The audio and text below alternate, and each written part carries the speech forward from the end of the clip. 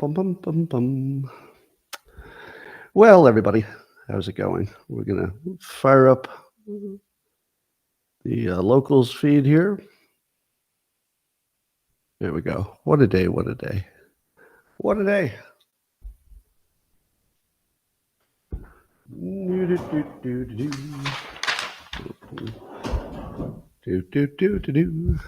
Bum, bum, bum. Good morning, everybody, and welcome to the highlight of human civilization. It's called Coffee with Scott Adams, and it's the best thing that'll ever happen to you.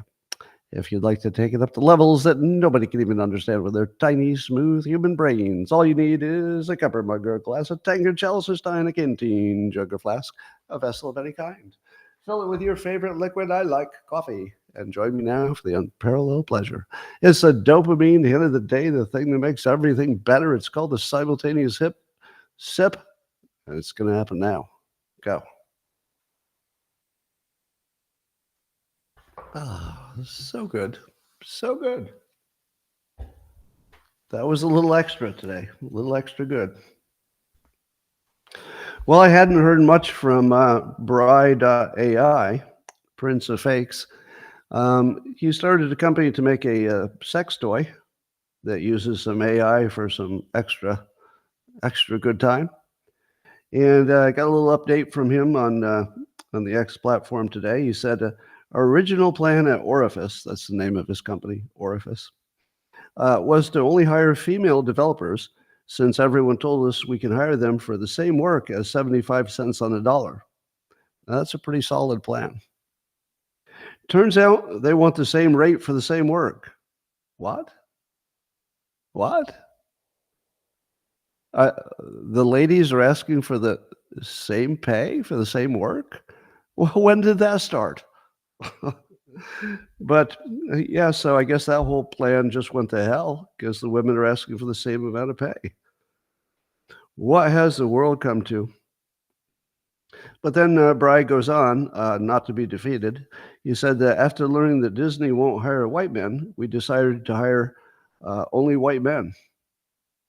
Now, that's some smart thinking, because you can get a white man now for 75 cents on a dollar because nobody wants them. It's just supply and demand, people. It's supply and demand. Yeah, white people on sale. If you'd like a white developer, I think you could offer them 75 cents on a dollar now. All right, now the big question that people have been asking is the big debate is coming on Thursday. Could change the fate of the world. It might actually change the fate of the world. And people are saying, what kind of drug cocktail is Biden going to be on to get him through that? Well, I don't know for sure, but I'm going to use all of my medical knowledge to speculate. All of it. Yeah, I'm not going to leave any of my vast medical knowledge on the sideline. I'm going to use all of it. I think he's going to need some kind of a stimulant. So I would go with Adderall because you want to stay legal. He'll probably have some kind of dementia-specific drug.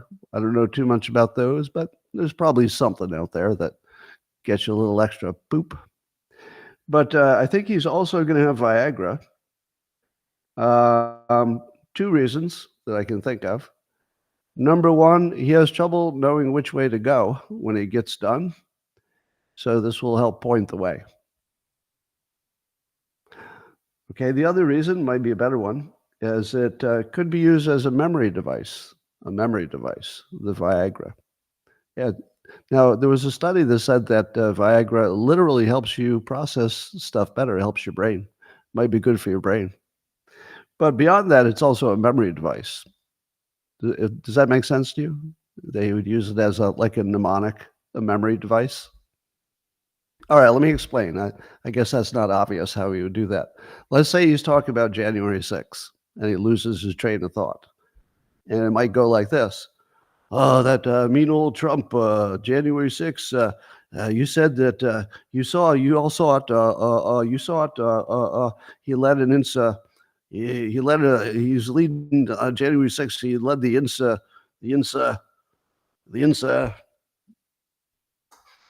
insurrection. That's what it was. So it's like a memory. It's a memory device. All right. Raise your hands if you've seen the new Disney movie called The Acolyte. No, I'm just joking. Nobody saw that movie because it's the worst movie they've ever made. It's woke garbage. And the new fun part about that is that the woman who made it, Leslie Headland, apparently she's identifies as a lesbian, and she says before the movie came out that she wanted to, quote, tick off their problematic male-dominated audience. So she actually made a movie that would tick off male audiences. Well, good job. You did it. You may have miscalculated a little bit. Let me explain a few things. Some things that maybe weren't obvious. Maybe you should have sought some other opinions. But here's what you might have missed. It's not that white men aren't going to watch your movie. Is that what you think is going to happen? No, that's not the problem. The problem is not white men not watching your movie. No, the problem is white men aren't going to watch another one of your fucking movies ever. No, we're never going to watch another fucking Star Wars. The whole thing is dead. It's dead now. I wouldn't watch it if it got the best reviews of any Star Wars. It's fucking dead. You know what else is dead? Your whole fucking company, Disney. Right. Now, if you'd asked me ahead of time, do you think people will watch the movie anyway? I would have said, well, it depends. How woke is it? Once I found out, I might have said, probably not. Probably not. And then she would have said, perhaps.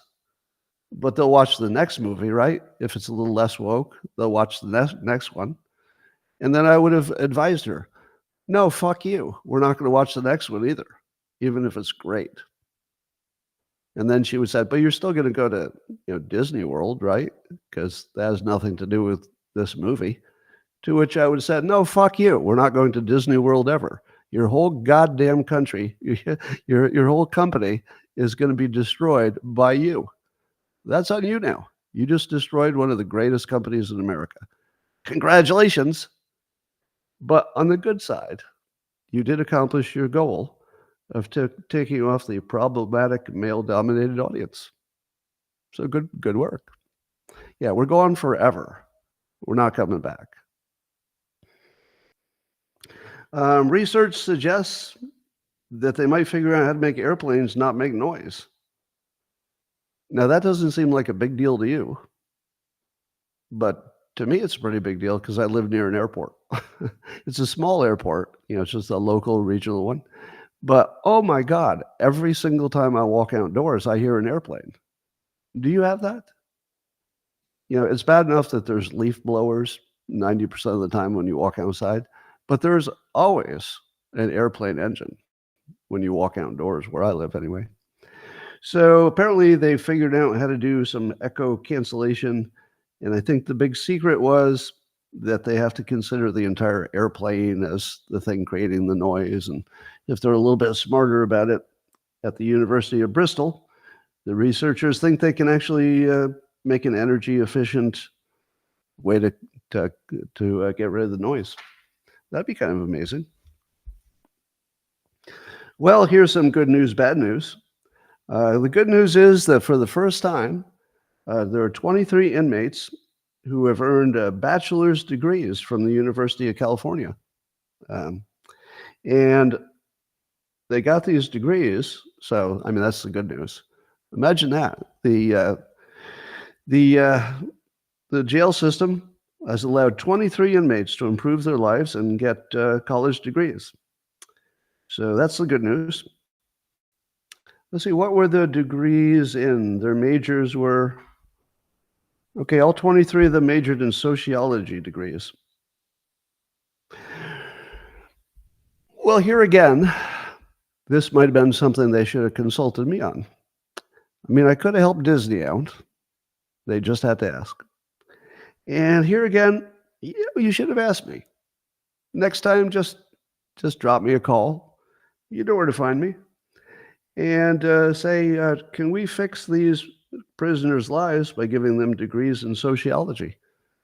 And I would have said, there are two things that make it hard to get a job. One is a criminal record, and the other is a sociology degree. You don't want to punish them twice. I feel like there's some kind of double jeopardy situation here. They maybe have a lawsuit. Not only did you put me in jail for the crime, but then you made me get a sociology degree. Well, they didn't make them, but it's funnier that way. Yeah, I can't think of a less useful thing to do than give sociology degrees to inmates.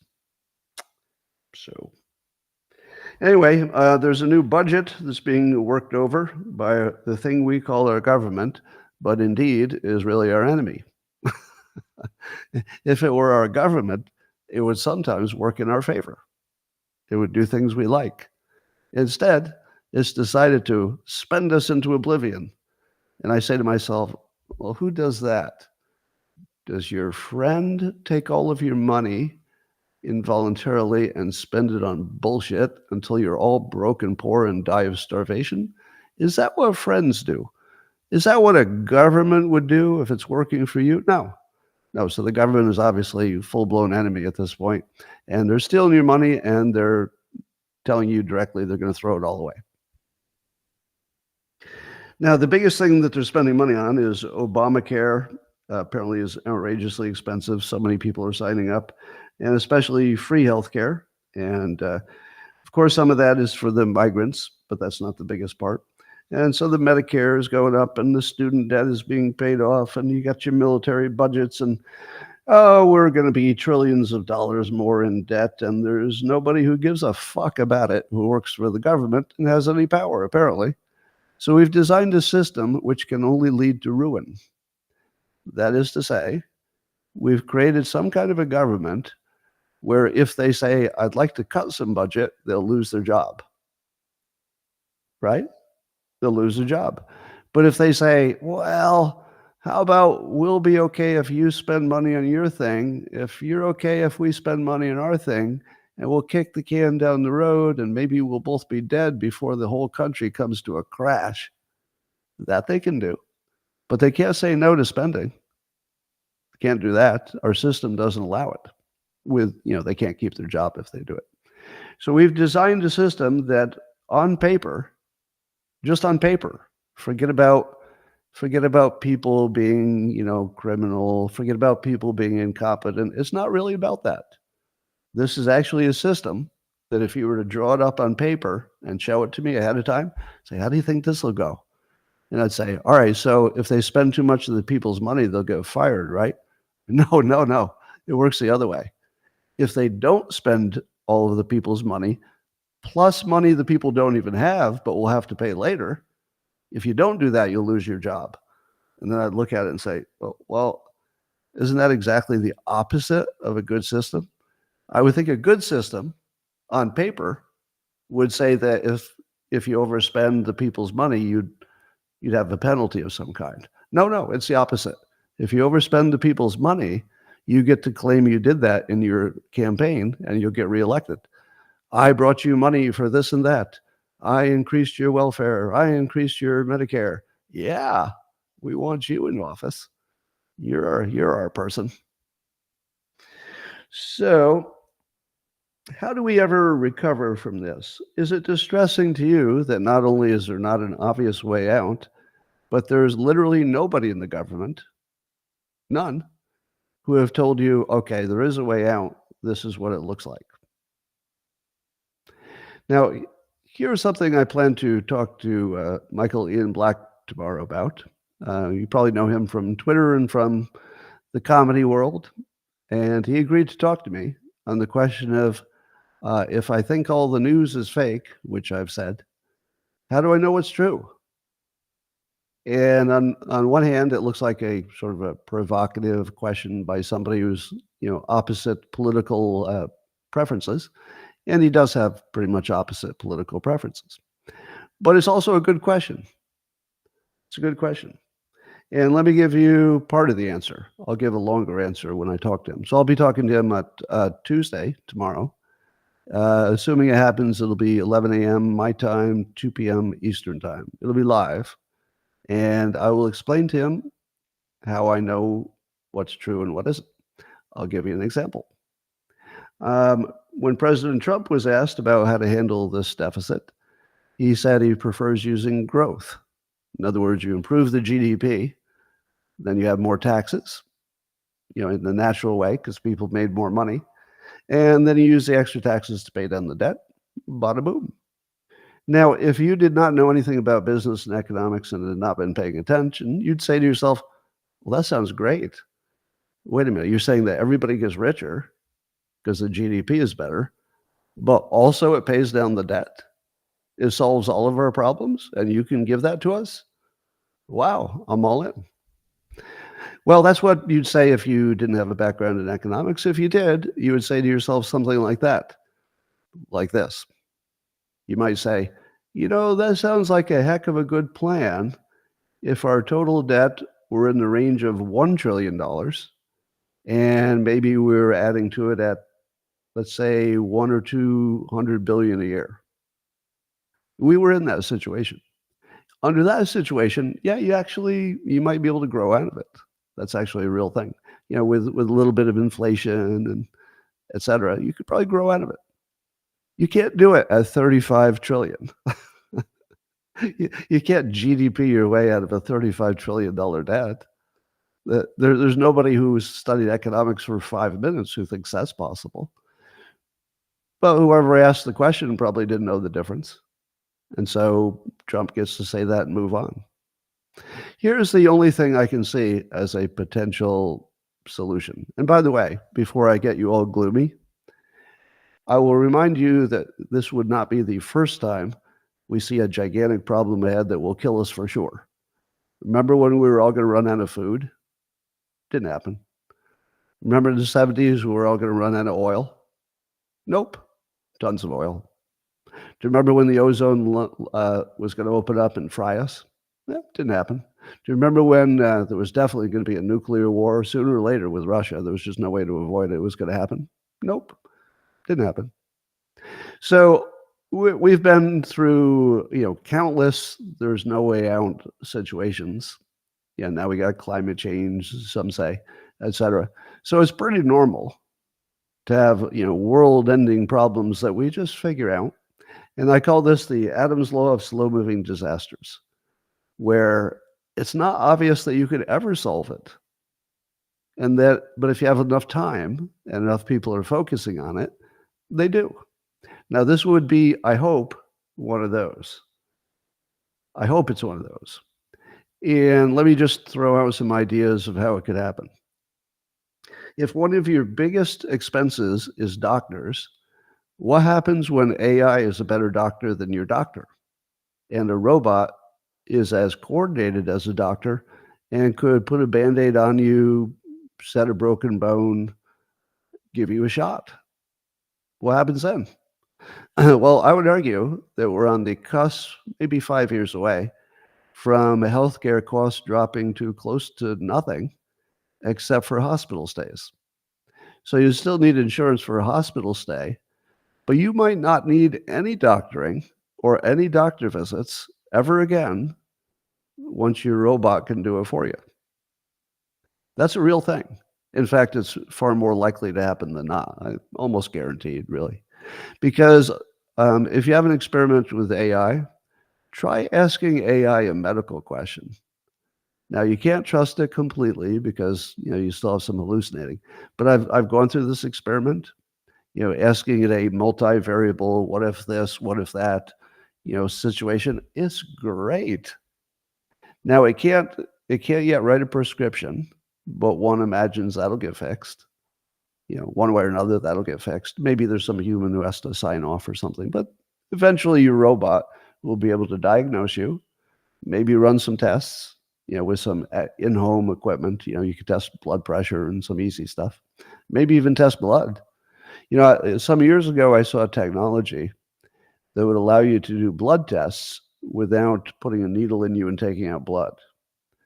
I don't know if it worked, but the idea was it was a little, like a piece of adhesive that had little spikes in it. So you just put the adhesive on your arm and it would go in just deep enough to get a little bit of something. And you take it off like a Band-Aid and your arm looks fine. And you just put it in the machine and it was so sensitive that it would It would be a whole range of blood tests. And it would just be a tabletop device. You could actually have one at home, or you could have one for the neighborhood or something like that. So if you combine the fact that medical equipment is going to keep dropping in price and be in your home, you add that to a robot with AI that'll be better than the best doctor. It's sense of even doing stuff like reading X-rays. I wouldn't be surprised if you have something like an imaging device in your home at some point. Some kind of handheld robot-related thing, and they can use AI to figure out what's inside your body. Have you seen the experiments where the robot can read Wi-Fi signals and it can figure out where the people are in a house? And the reason it can do it is that it's good at pattern recognition. So you can just have it look at a Wi-Fi signal from a house, and it can draw a picture of the shapes of the people in the house and where they are and what they're doing. Did you know that? Now take that. It can take Wi-Fi signals and figure out where you are and actually show an outline of you in your actual physical space inside a house. Now imagine you take that technology, put it into a handheld imaging device. I don't know what kind it would be, but it wouldn't be as good as, let's say, an MRI. An MRI, it's this big machine, you got to be inside the tube and all that. But that's because the MRI has to take a clean picture. What if the robot doesn't need a clean picture? Much the way it uses Wi-Fi, and it figures out what the picture would look like. Maybe you could use a much less sensitive imaging device, just hold it up to the person like a Star Trek thing, and it does some imaging, but it's not that great. But the robot can figure it out because it doesn't need to be great for the robot. And there's a tumor. So you're going to have doctoring expenses will go under a major overall. At the same time, there's going to be a once ever shift into a robot AI economy. If Elon Musk is correct, there will be 20 billion robots. And that's not counting the AI that would be, often separate from the robots. So we're looking at a once ever massive increase in GDP, unless it also causes massive unemployment. So we don't know what the net is, but usually the net is positive, or at least we'll make sure it's positive. So we might have a once ever organic increase in taxes and GDP. But I've got something a little more interesting. Here will be the weirdest prediction yet. You ready? Weird prediction that when you first hear it, you'll just dismiss it in hand. And in 10 or 20 years, when it's the reality, you're going to say, my God, only one person got that. And here it is. In the future, humans will not be taxed, only robots. That's it. The only tax will be on robots. So if you don't have one, you won't have any taxes. If you happen to be poor, no taxes. But that's pretty similar to now, right? You don't pay much taxes if you're poor. If you're rich and you can afford a robot, it'll be like a property tax or maybe even an income tax. Because when robots become legal, I'm not going to get just one, because I have resources. So I'm going to get one for the house, but I'm going to give 5 to rent out. Now, I won't have to keep them in my garage or anything. There'll just be some company by then that says, hey, if you buy 5 of these robots, we'll organize sending them out to work for people, day labor, that sort of thing. We'll just give you a percentage. And then I'll pay income tax on the robot's work. I do think we'll get to the point where only robots pay taxes. And maybe it's enough to pay off the debt. So here's the bottom line. We've probably never been in a situation where the entire economy was going to transform so fundamentally.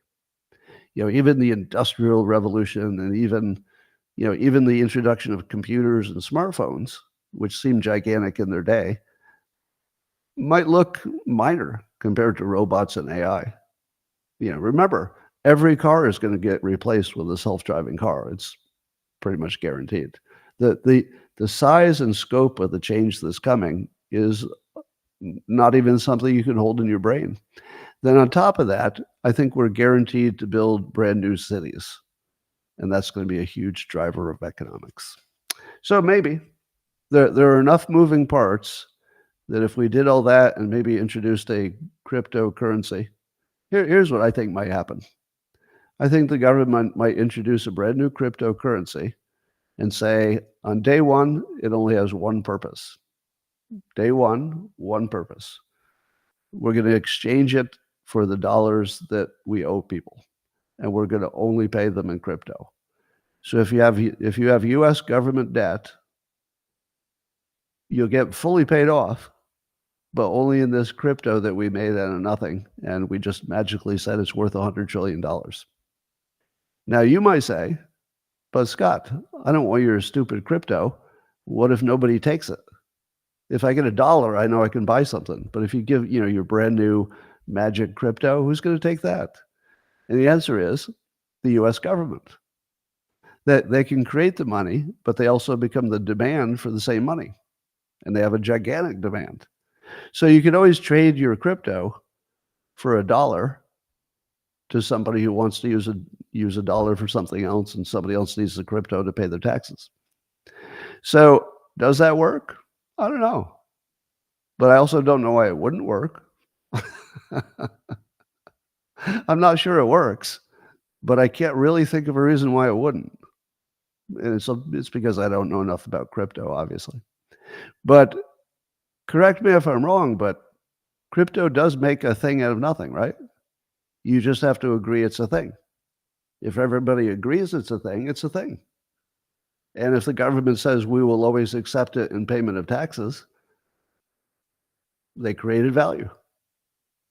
Now, I don't know if that would cause massive inflation, or would it be that if you siloed it off just for debt payment or tax payment, it doesn't? Because paying your taxes doesn't increase inflation, right? Right? It's buying stuff that increases inflation, not paying your taxes. So if you siloed it off, at least in the beginning, and said the only thing you can do this is pay taxes, and then other people say, you know what? If you've got that crypto and I can use it to pay taxes, but you can't use it for anything else, and you don't have enough taxes that you need to pay, I'll buy your crypto, but I'll only pay you 95 cents on $1. And you go, oh, well, I could get $1 out of $1 if I use it to pay my own taxes, but I'd rather have the cash. So you trade me, and I get 5% off of my taxes effectively. You get cash, and there was no inflation, was there? Because it's the same amount of cash. Yeah, as long as I use it to pay the taxes, I think there's no inflation. All right, so I don't know if any of those ideas are good. I'm just telling you that there are enough variables in play that the Adams law of slow-moving disasters probably will work. If I had to bet on it, we're going to be okay. I just don't know the exact way it'll happen. All right, we know that the Biden administration, not in the not too distant past, asked Amazon to suppress books that were vaccine critical, including ones that were just sort of generally critical of vaccines in general, including ones written by doctors, and including ones that had studies in it that were just valid scientific studies. That's a real thing that happened. And Trump's going into a debate in which Biden is going to say that Trump is the one who's trying to get rid of your democracy. I'm pretty sure Trump never tried to ban any books. Well, except to kids, right? Yeah. The conservatives like to ban books that are sexual to kids. And then the Democrats like to say, you're a book banner. Leaving out the important part. It was pornographic stuff for children who we wanted to ban. That's all we wanted to ban. All right. Here's the real problem with that. The problem is not that books were banned, although that seems like a problem, doesn't it? There's a much bigger problem. Do you see it? The problem is that the people on the political left, the Democrats, believe they knew the truth and that the other people don't have truth. That's the problem. The fact that they acted on it is just how we know it. But the problem is that there's one side who believes they're getting accurate information about things, which means that they believe science is real. Maybe it used to be. And they believe that, their politicians are telling them the truth. That's a big problem. Let me tell you why science isn't real. If you haven't thought of this yourself, you're going to be really mad that it took me to explain it. Why were there so many doctors who were unwilling to be independent during the pandemic? Well, it turns out that almost all doctors have bosses now. That was something that snuck up on us. I always think of my doctor as somewhat independent. It's their own business, but not really. They have to have permission to work at hospitals, and they usually work for hospitals. So most doctors had a boss. If you have a boss and it's part of a larger entity, what does the larger entity have to do in all situations? In all situations, a larger entity, especially if they have stockholders, they have to do what will make them money. So they have to go with the popular narrative that comes from their government. They can't take the chance. So if you have a boss, maybe if you didn't have one, you could be independent because then you're just taking your own risk. If you have a boss, the boss has to manage their risk. And their risk is that there's no question. You just have to follow the narrative. As a big company that's responsible to stockholders, you can't take that chance on behalf of the stockholders. Your fiduciary responsibility, as I call it, which is a duty to do what's best for the stockholders in this case. Your fiduciary responsibility makes you not rebel against the common narrative. It's only somebody who doesn't have an economic hammer over their head that can do it, and there are almost no doctors in that situation now. How many of you knew that? That even if the doctors knew the truth and wanted to say it, they really couldn't. They would be throwing away all of their education in medical school, their reputations, everything. Yeah. So on paper, there's no such thing as independent doctors anymore. On paper, if you just looked at the design of the system, you say, oh, wow, this system design where doctors have bosses and the bosses work for big companies, and big companies always have to follow the common narrative. It would be insane not to. You can't get truth. So we figured out a system that guarantees that our experts on our health not only will lie to us, but they have to. We designed that system. If that system isn't working, well, there's a reason for it. On paper, it can't work. You want another one? It gets worse. If you wanted to know what is a dependable study, what would you say? We all learned this during the pandemic if you didn't already know it. You'd say to yourself, well, hell, the only good studies, the ones you can really trust, would be a large-scale, randomized, controlled experiment where you've got a proper prediction of what could happen. You've got a proper control group. It's all random and it's large, right? So there are two situations here. Number one, there are small entities who can't afford to do a randomized controlled study because it costs many millions of dollars. So if you're just a researcher and you say, I'd like to study this thing, independent of the pharmaceutical industry, I just want to know what's true. You would never get enough money for that. Almost impossible. And if you came up with an answer that the pharmaceutical industry didn't like, you're probably in the same domain of science as that pharmaceutical company you're studying, because otherwise you'd have no business studying it. So you would be in the domain in which, if you wanted to get, let's say, a speaking agreement, you'd need people like the pharmaceutical companies to be on your side. So there's a gigantic financial incentive. Essentially, it's impossible for anybody who's not a pharmaceutical company to do a large-scale, multi-year, many million-dollar trial. So that leaves exactly one entity who has the wherewithal and the interest to do a large-scale trial. The people who want most to lie to you, the pharmaceutical companies. So in theory, the way the system is designed on paper, again, we're not talking about anybody who's a bad actor. We're not talking about incompetence, selfishness, Nothing. It's the design of the system. The current design of the system is the only people who can afford it are the people who want to lie to you because they have a financial incentive. So if they do a large scale study and it doesn't give them the answer they want, do you ever see it? Of course not. Why would they show you that?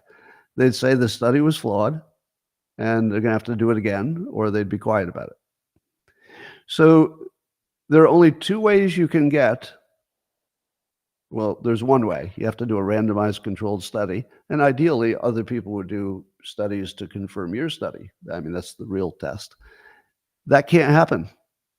You're lucky if you get one, and the one would be funded by the people that you would trust the least to give you an honest accounting of what's going on.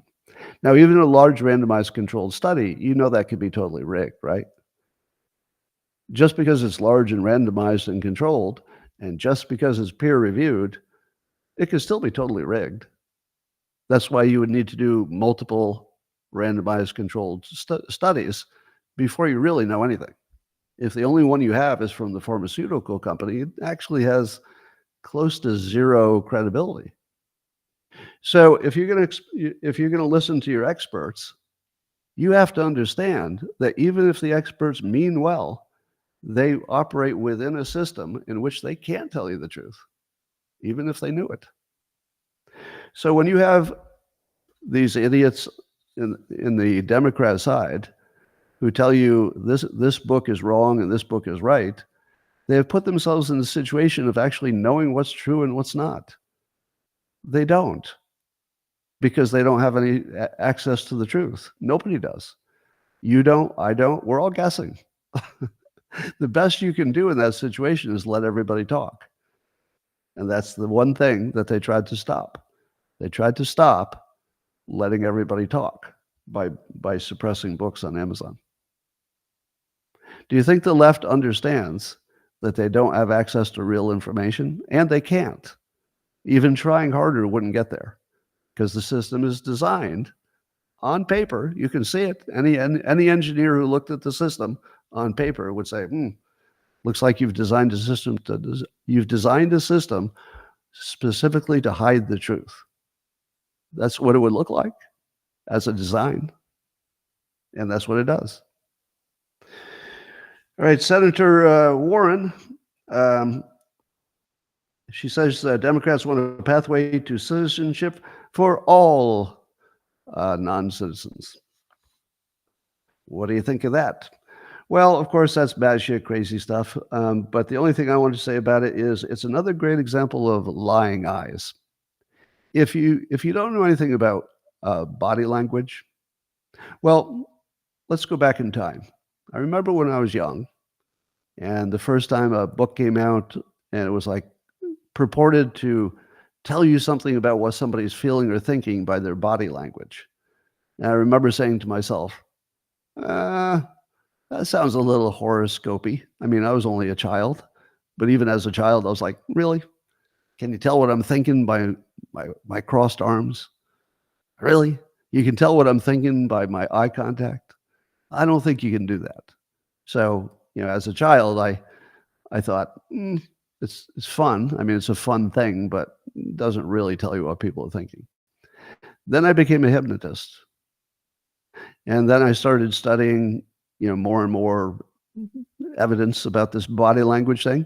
Turns out it's really powerful. People do signal very clearly. They signal very clearly what they're thinking and what they're feeling. You just have to learn the language. And the one that I keep telling you is the wide eyes.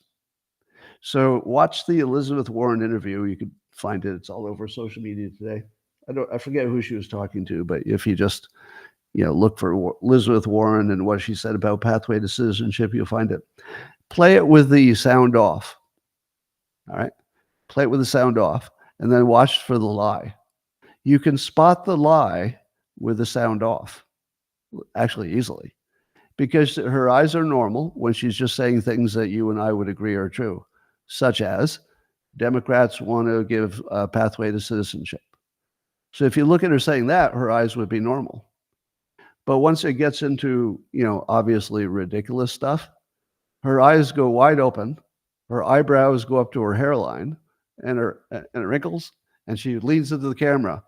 And this is what people do when they know that they're talking pure imaginary bullshit, but they want you to join their imaginary world. Look at my eyes. I know the words that are coming out of my mouth are complete nonsense, but look at my eyes. They're so truthful. They're wide open. Yeah. You can see the lie with the sound off. Honestly, you can see it. You have to experience it to be able to recognize it in the future. So if you're trying to learn how to spot a lie in the TV politician sense, look for the wide eyes. It's just such a giveaway.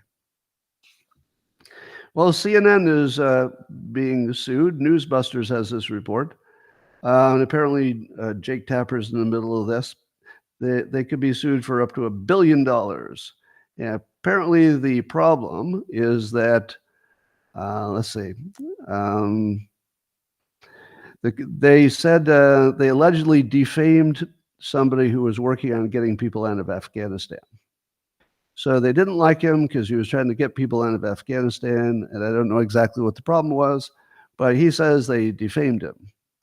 Now, in order to prove defamation, it's got to be intentional, and it has to be with malice.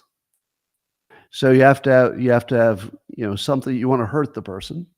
So it has to be demonstrated in court, which is hard to do, that the intention was, we don't like this person, we're going to get them. But then you also have to know that the things you're saying aren't true, because otherwise it's just a case of being wrong, and that's not illegal. So being wrong is not a crime. Knowing you're wrong and saying it anyway and defaming somebody in public, that's defamation. So apparently they've got the individual involved here has access to the internal communications. And here are some of the things that were said in CNN's private communications. Correspondent Alex Marquette, who is called the primary reporter on this story, he said in a message to a colleague that he wanted to, quote, nail the Zachary Young motherfucker. And he thought the story would be Young's, quote, funeral. And he wanted to nail him. And then the CNN editor, Matthew Phillips, responded, allegedly, gonna hold you to that, cowboy. So that would be the malice part. So apparently they have demonstrated malice. That's a lot of malice there. But I didn't see in the story where they demonstrated that they knew they were lying. And I don't know how they could be found liable if they didn't know they were lying. So I haven't seen what facts they claimed were true that they might have thought were not true. So if I had to bet, I think CNN's going to win that, just based on what I know, but I don't know enough. So maybe there's something I don't know about it. CNN also had an interview with Casey Hunt, one of their correspondents. Casey Hunt.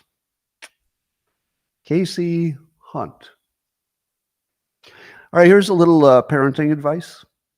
If your last name is Hunt and you have a daughter, rule out any first names that start with a K sound. That's all I'm going to say. You don't want Kelsey. You don't want Carol with a K. You don't want that. Because when she goes to school, she will be K Hunt. Well, you know where this is going. I don't have to finish that. Anyway, so she was interviewing Trump campaign spokeswoman Caroline Leavitt.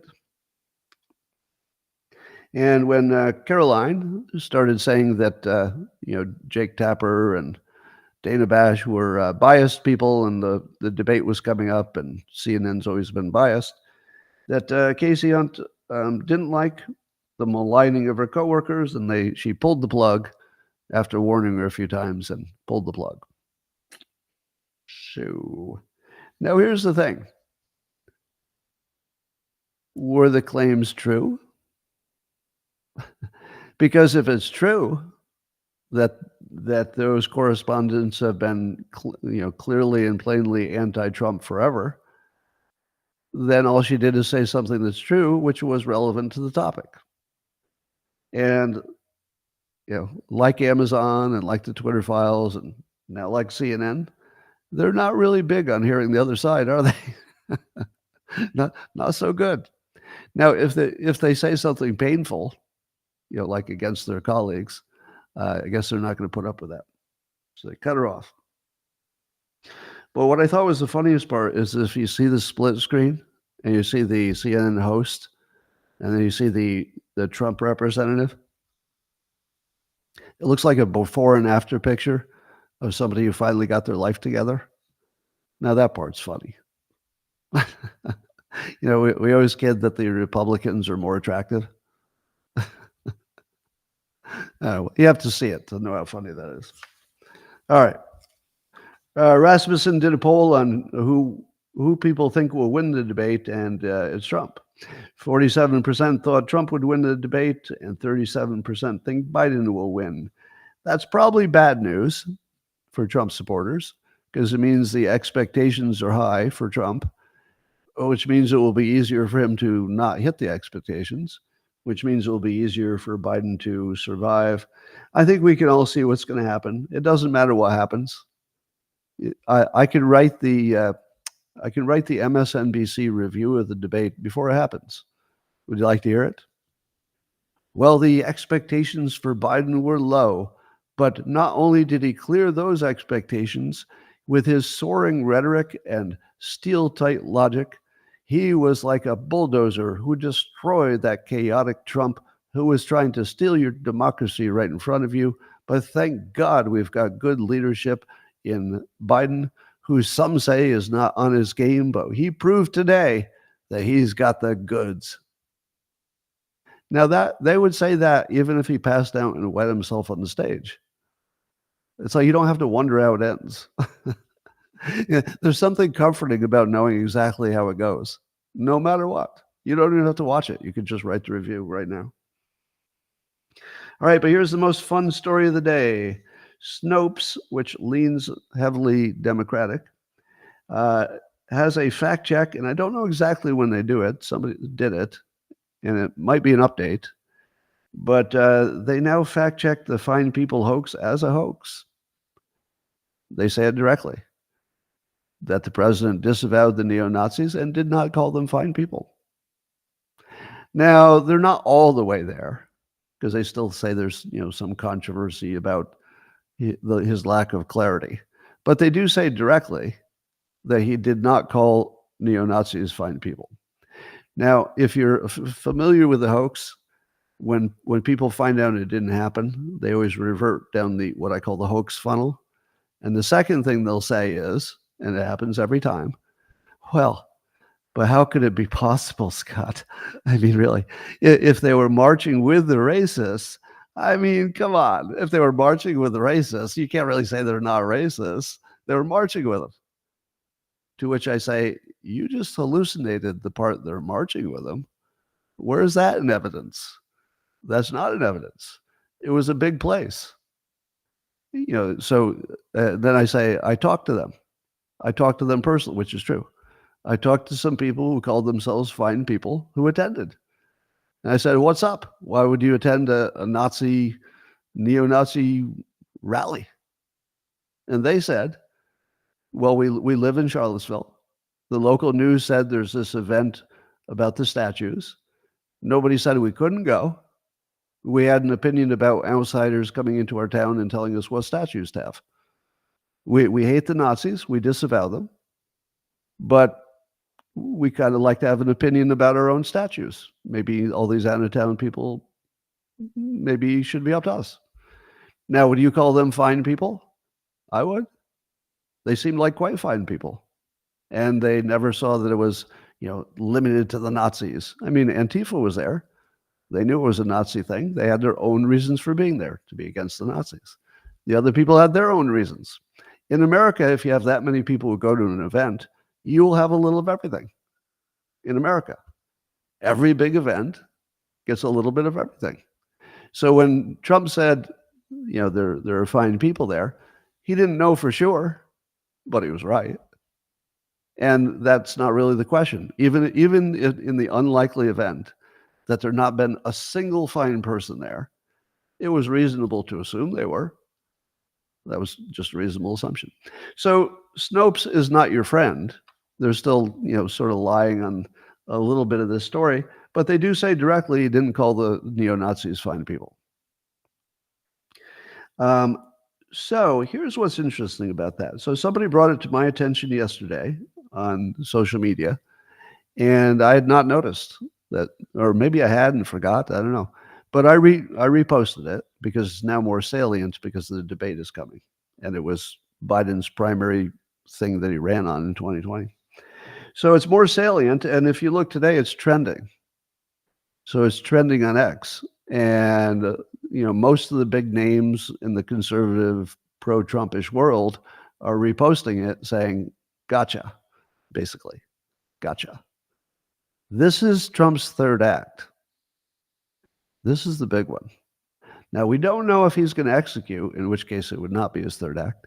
But if he goes into that debate and he manages to debunk the Fine People hoax and say, look, don't listen to me, go to Snopes, that's a left-leaning site, and you'll see that Biden ran on a lie. And in fact, everything he said is a lie. But this is one you can verify yourself. Just go to Snopes, look for the Fine People hoax. Now, that would be huge. Now, what else is interesting is that Jake Tapper is one of the hosts. Here's a little inside knowledge. So I was briefly working with Jake Tapper on some cartooning stuff for veterans. And so I got to talk to him on the phone a number of times. And I wanted to know if he knew that was a hoax. So I explained it to him, told him the transcript clearly shows, that he disavowed the neo-Nazis. And Jake went down the hoax funnel. He did the campaign, he find people at a Nazi rally. I explained that, etc. And the very next time that he was on the air and it came up in a little group discussion, he actually fact-checked them. Somebody said he called the neo-Nazis fine people, and Jake said on CNN, on live air, well, actually, he disavowed them in direct language. So now that we know that, let's say Democrats are maybe not as keen on Biden as they had been, especially his handling of Israel is probably causing some issues with people, there is a non-zero chance that Jake Tapper is going to take him out of the race tomorrow. Because all it's going to take is for either Jake to ask the question, Mr. Biden, you ran on the fine people issue. Snopes says it didn't happen. Can you explain? But it did happen. But Snopes says it didn't, and here's a quote from it. I'm not talking about the neo-Nazis. They should be condemned totally. That's the end of Biden's campaign. Third act. And while you assume that Trump might be the assassin, if Jake is even doing his job a little bit, Jake's going to take him out. And not that he wants to. Not that he wants to, right? Who knows who he actually wants to win. But I have a feeling that Jake can't let it alone. It's too big. It's too important. And it's the lie that's been driving the country into absolute ruin. That lie has to be fixed. You're not going to heal until you fix that. We're not going to come together until you fix that. Now, if you think, but wait, maybe Snopes took a turn back to the right somehow. Nope. I just checked the drinking bleach hoax. Snopes actually fact checks the drinking bleach hoax. They turn it into disinfectants as true, that the president once suggested putting household cleaners into your body. Now, that very much didn't happen. He was only ever talking about light therapy, which was an actual thing that was being tested at the time, which I know because I was tweeting about that very technology, and I'm sure that the White House saw it. So they were aware that there was a technology with UV light injected into the body. The president very clearly said UV light, but he once said disinfectants in the context of the UV light being the disinfectant. And that was enough for the bad guys to say, oh, I think he said bleach, which never happened. And by the way, do you know how to know that didn't happen without doing the research? It's the Scott Alexander technique. Yeah, that's a pseudonym for a blogger who had great ideas. And one of them goes like this. If a dog bites a man, well, that's not even going to be in the news because that's ordinary. But if a man bites a dog, there are two things you can be sure about. Number one, it will be in the news because that's unusual. And number two, and this is the important part, it didn't really happen. Yeah, there's like a 20-to-1 odds that it didn't happen. So if something is interesting enough to make you go, what? I can't believe that happened. You just wait a little while and you'll find out it didn't. The thing that makes it so mind-blowing is that you can't imagine a thing like that would happen in your world. And it didn't. 19 out of 20 times it didn't. So when you heard that the president of the United States stood in front of people and with knowing exactly where we would be, like there were no surprises, nothing spontaneous, and you thought that he praised neo-Nazis, you should have said to yourself, oh, that's one of those Scott Alexander things. That obviously didn't happen. I wonder why people think it did, but it obviously didn't. You didn't have to research it to know it didn't happen. You just applied the Scott Alexander, 19 out of 20, it didn't happen, and sure enough, it didn't. Now let's do it with the hoax thing. Same thing. Seriously, you think the president suggested putting household disinfectants in your body? Of course he didn't. Nobody would. Apparently you're not aware of the Scott Alexander effect if you ever thought that was true. You should have started with, well, that obviously didn't happen. And then maybe someday you'd look into why they thought it happened when it didn't. But the last thing you should think is, I think that might have happened. That's the wrong instinct. When you hear something that's crazy, you start with, that probably didn't happen. And then you work from there. All right. So here's another system design problem. Apparently, the federal government requires that anybody in the government who comes in contact with a citizen has to give them voter registration stuff. Now, the problem is that the government comes in contact with a lot of migrants who are not citizens. And the law requires that because they come in contact with them, they have to give them voter registration stuff. But here's the fun part. If they were to fill out the voter registration and then actually voted, they'd be breaking the law. So we have a system designed that we give people documents that if they fill them out and use them exactly as the documents describe, they could go to jail. And by the way, I'm not making this up. This was described in detail by some woman who works for one of the states. Who was it? Rosemary Jenks. She says Biden's Immigration Accountability Project estimates there are 30 million non-citizens. And the problem that we have now is that the Biden administration has an executive order that all federal agencies have to give voter registration to everyone they come in contact with. It doesn't matter if they're citizens. Now, nobody saw that being a problem. Nobody could work that out as maybe a problem. I'm seeing somebody saying that one of the organizers for the Charlottesville thing was a quote, government operative. I think it's pretty clear that the Charlottesville thing was not organic. I'm sure there were real racists, but they're not really well organized, right? And you notice there's never been another one. Never been another one. Interesting. Yeah, that was all fake. The Charlottesville thing was an op. All right, uh,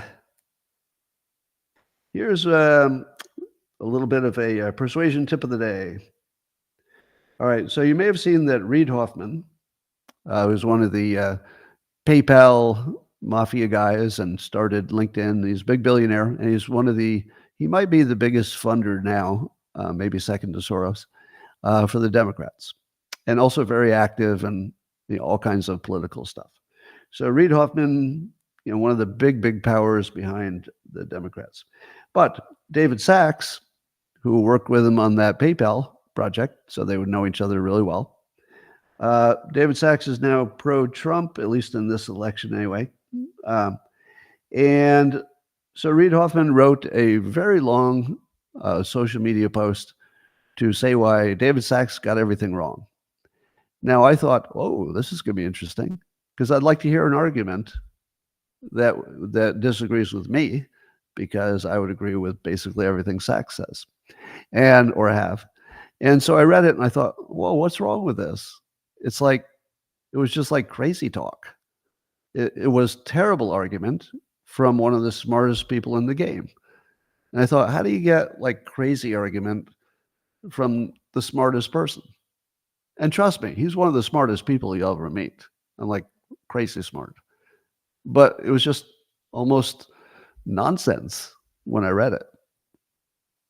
So apparently Sachs had the same opinion, and he said, this is why Reid was dispatched to write that embarrassing word salad of campaign talking points. They're panicking.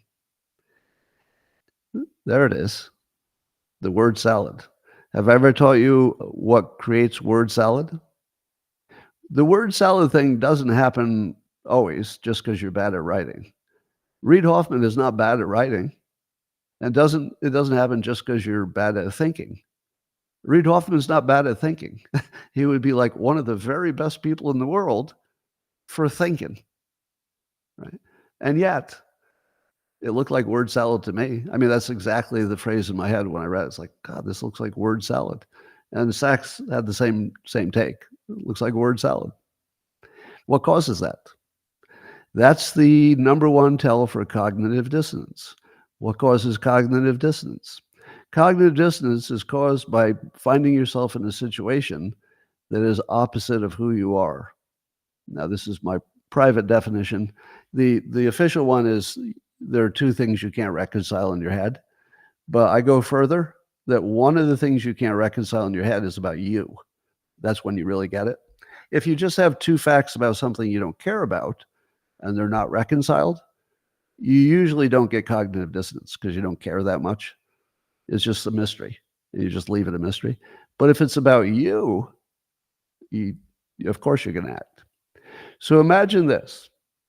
You're one of the main powerful funders of the Democrats, but your candidate is a pretty well-established criminal, one of the biggest liars of all time, who ran for office on the most divisive and destructive race hoax in American history, who has clearly got dementia, and his team is keeping him in the game.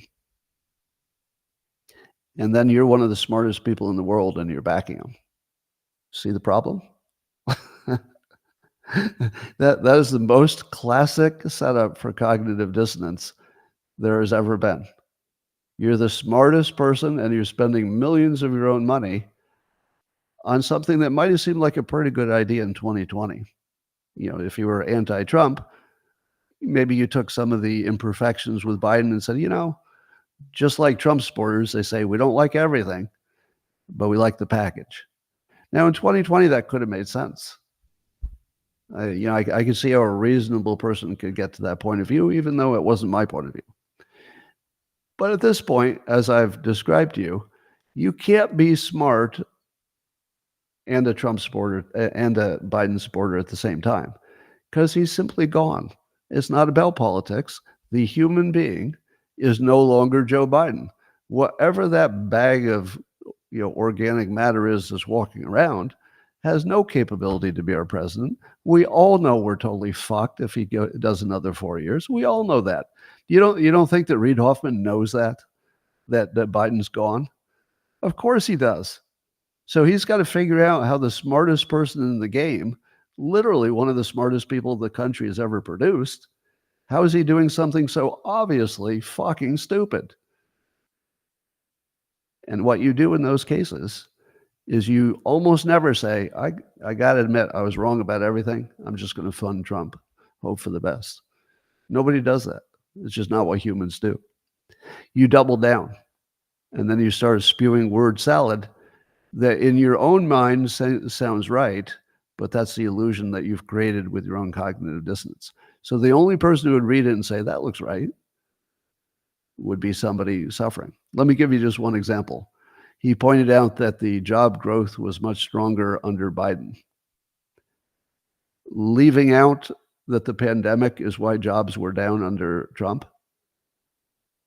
Do you think that Reid Hoffman didn't know that the pandemic was what caused the job difference? Of course he did. Do you think he was just lying? Well, I don't really have any evidence that he's ever lied about anything. I think he actually saw it that way, meaning that his view was probably distorted by the cognitive dissonance. Now, of course, I can't read minds, so it would not be fair for me to say 100% chance, I'm diagnosing him as having cognitive dissonance. I will just say this. The setup of where he found himself, which is supporting a dead guy, that will cause cognitive dissonance in every person in that situation. Probably no exception. The only people who wouldn't have that problem are the ones who knew that Biden was a walking dead man, but maybe they had some self-interest and they knew they were pursuing it, so that would all be consistent.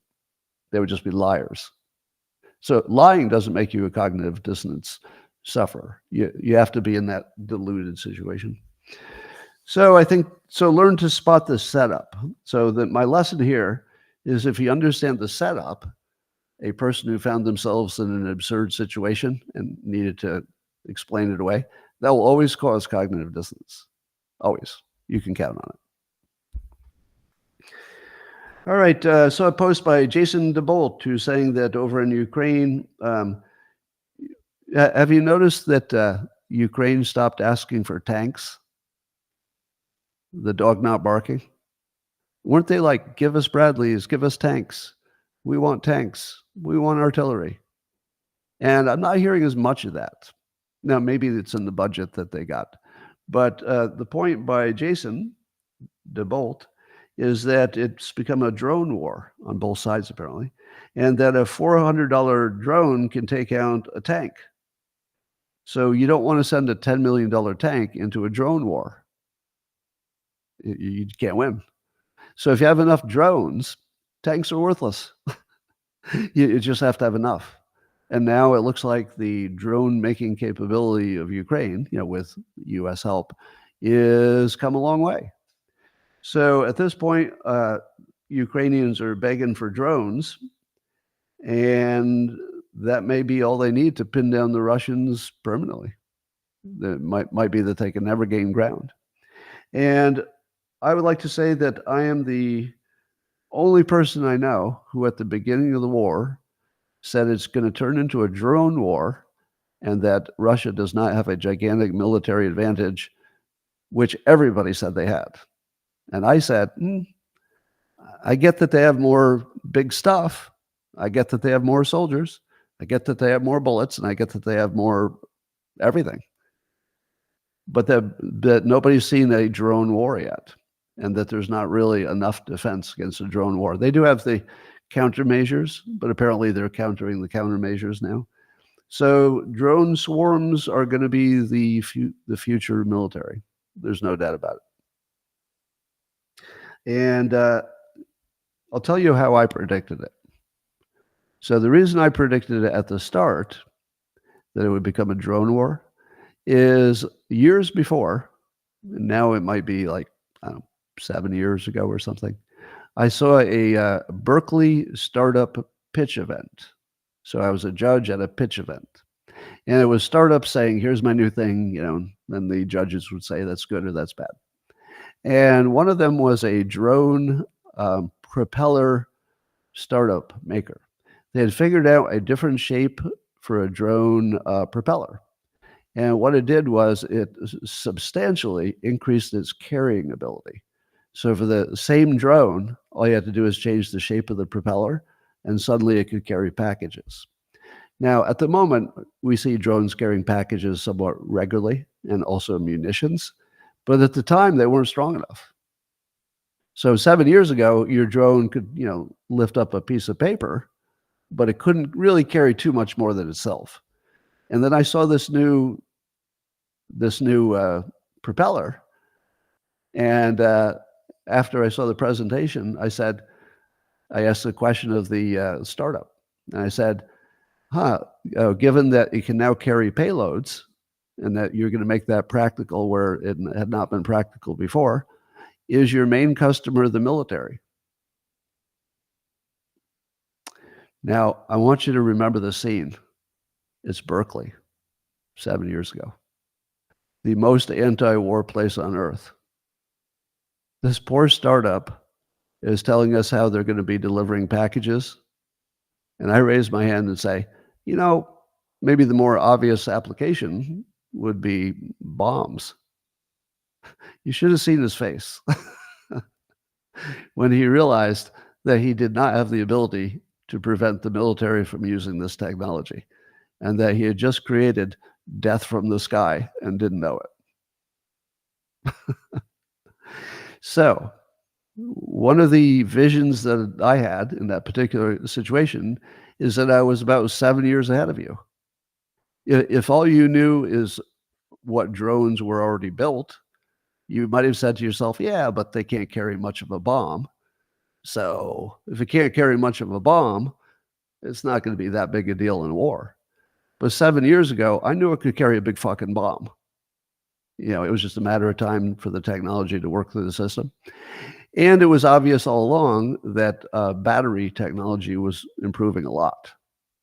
So if you had better batteries and you add that to AI, so it doesn't need GPS anymore, that was also very easy to predict that it would use AI. AI can just look at the ground. You know that, right? If you have AI, you can lose its GPS and still find the target, because it would just say, all right, I have in my database what the ground looks like from the satellite imagery. I'll just follow it looks like that's Route 40. I'll just follow Route 40. Oh, there's a tank. I recognize the tank. Looks like a Russian one based on my AI. Send a message back. Hey, attack this tank. Oh, there's no communication, but I have orders to attack it anyway. Boom. Tank is gone. All of this was predictable years ago. So here we are. There's a San Francisco McDonald's that's going to close. They're blaming the new higher $20 minimum wage. Now, I'm not positive this is true, but when I was in business school, I was taught that only one McDonald's had ever closed. And it was the San Ysidro one where there had been a mass shooting. And even though they could have opened up, there was just too much of a stain on the location that they decided to close forever. Now, that became the story because it was such an extreme situation, a mass shooting, that it's the only thing that could stop at McDonald's from making money. But apparently there are two things that can stop at McDonald's from making money. I guess this $20 minimum wage.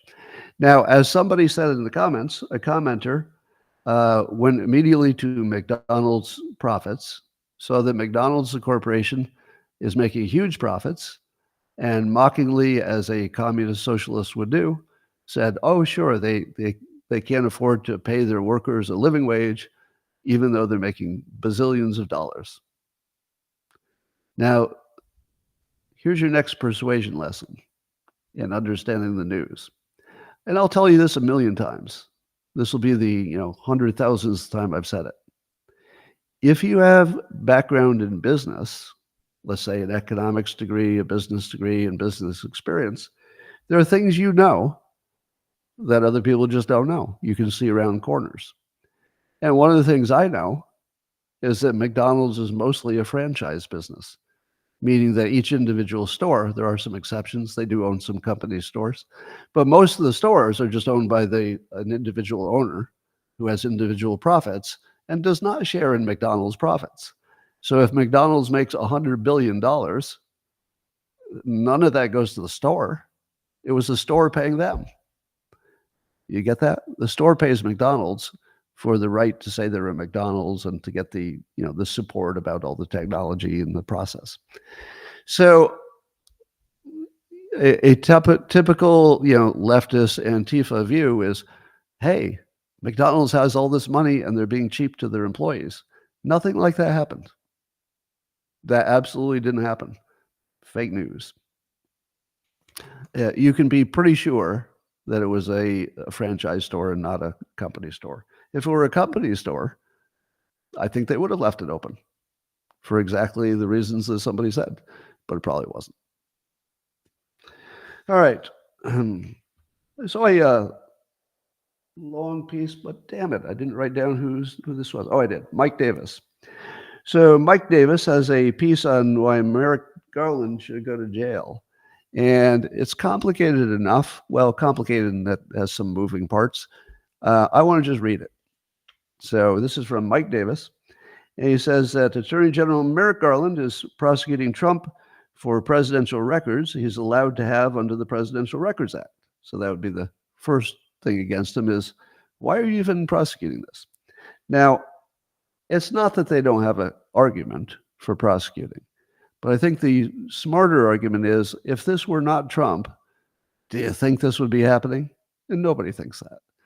We all think it's only Trump, right? If you're smart, you only think that. So that's the first problem with Garland. He's going after something that you don't imagine anybody would have gone after except for political reasons. And he says, while protecting Biden for stolen classified records that he shared with his ghostwriter for an $8 million book. Now, let me explain to you, $8 million as an advance for a book is just bribery, because the publishing company knows they will not make $8 million back on the book, not even close. So I call it bribery, but let's say there's some other reason. The only thing we know is that they didn't do it to make money. Nobody believed that Joe Biden was going to sell enough books that the publisher could pay him $8 million and still come out ahead. Trust me, I'm in the bookmaking business. I can tell you that for sure. They did not expect to make money. Who gives somebody $8 million and doesn't expect to make money? Well, there's something going on there. I don't know what. But what it is not normal economics. All right, then Mike Davis goes on. He says, Garland prosecuted top Trump presidential advisors Peter Navarro and Steve Bannon for contempt after Trump's valid claims of executive privilege. And yet, Garland blocked prosecution of himself for contempt after Biden's legal frivolous claims of executive privilege. And Garland refused to prosecute Hunter for contempt after Hunter held this drive-by political press conference and refused to comply with a subpoena. And then Garland politicized and weaponized the FACE Act to persecute Christians and protect bigots. I don't know what that issue is. Garland sicked sicked. How many of you could spell sicked, as in you sick a dog on somebody? It's just the coolest word, S-I-C-C-E-D. Anyway, Garland sicked the FBI after parents protested at school board meetings while coddling Hamas supporters, terrorizing Jews on college campuses. He is prosecuting the lead presidential candidate for lawfully objecting to the last election under the Electoral Count Act of 1887. While Garland wages his own unprecedented Republic-ending lawfare and election interference. Blah, blah, blah. Garland belongs in prison. And Davis says the House must give him his first taste of that by holding him in inherent contempt of Congress and ordering the House Sergeant at Arms to arrest and jail him, which apparently could happen. It's actually possible that the House Sergeant at Arms could treat it as a House thing, not a larger legal thing, and could just arrest him. Apparently, they have the legal authority to do that. Now, I don't know about all of the claims here, but there's enough going on with Garland that does make me think that as long as Peter Navarro is in jail, I want him in jail. As long as Peter Navarro is in jail, I want the Attorney General in jail. That's what I want. All right. Also in the lawfare world, second day of there's these pretrial hearings on the Mar-a-Lago Boxgate stuff. And the question is whether the prosecutor, this Jack Smith guy, was lawfully put into his position. And the argument is that he was not lawfully put there by this, who is it? I guess the Senate has to do it. And therefore, everything should be thrown out because he's not lawfully there. So we'll see. I don't know if that's going to make any difference. And then we expect this week, unless it happened in the last hour, that sometime the Supreme Court is going to rule on the presidential immunity thing. The smart people say they're not going to say presidents have full immunity for everything, because that would allow the president to break every rule in the book while the president. You don't want that. But you do want the president to have the full flexibility that if they're trying to do their best for the country under the color of office, and they're generally just trying to do a good job, and maybe a law gets broken, that should not be cause for stopping the government and going after them right away. There is a process for that. You could do impeachment first, remove them from office, and then prosecute. But you want to make it hard to go after a president, any president, who's just trying to do what's right for the country, but maybe cut a corner, right? Because you kind of want your president to cut some corners, don't you? You know, there are too many, the world is too messy. To get anything done, you're going to cut a corner. So if the most important person in the country is the only one who can't cut a corner in a world where you just always have to, that's a big problem. So I think the Supreme Court, I'll agree with the smart people who say that they'll probably cut the baby in half and say that he can't be prosecuted while he's in office for doing things that are official, but that if it's purely personal, maybe yes. I'd be happy with that.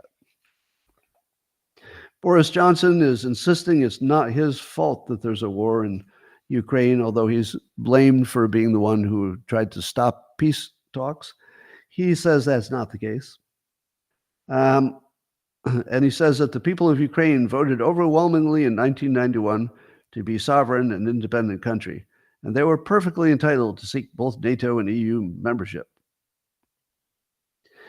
Does that sound even close to the history of Ukraine that you know? If you spend like a minute on X?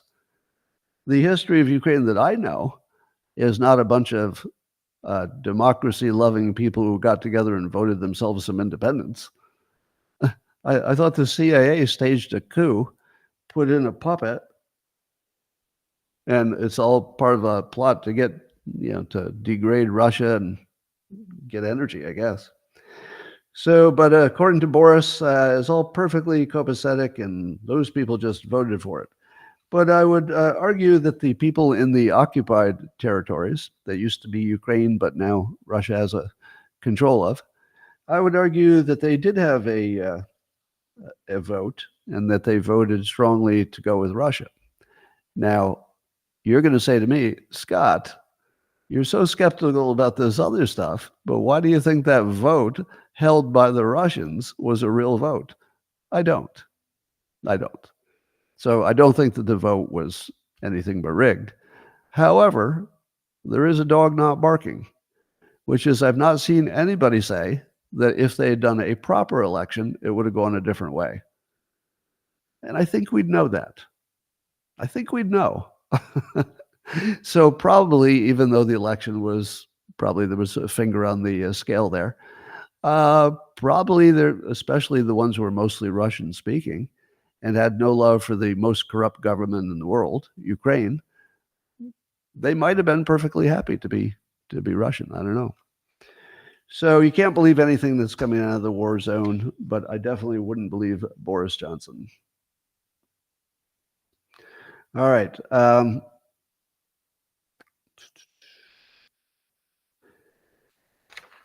And that, ladies and gentlemen, are my prepared remarks.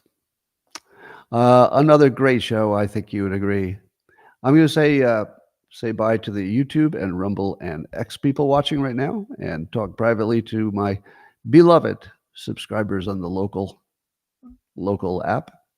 And I'll see them in the man cave tonight, and I'll see the rest of you tomorrow, same place, same time. Bye for now.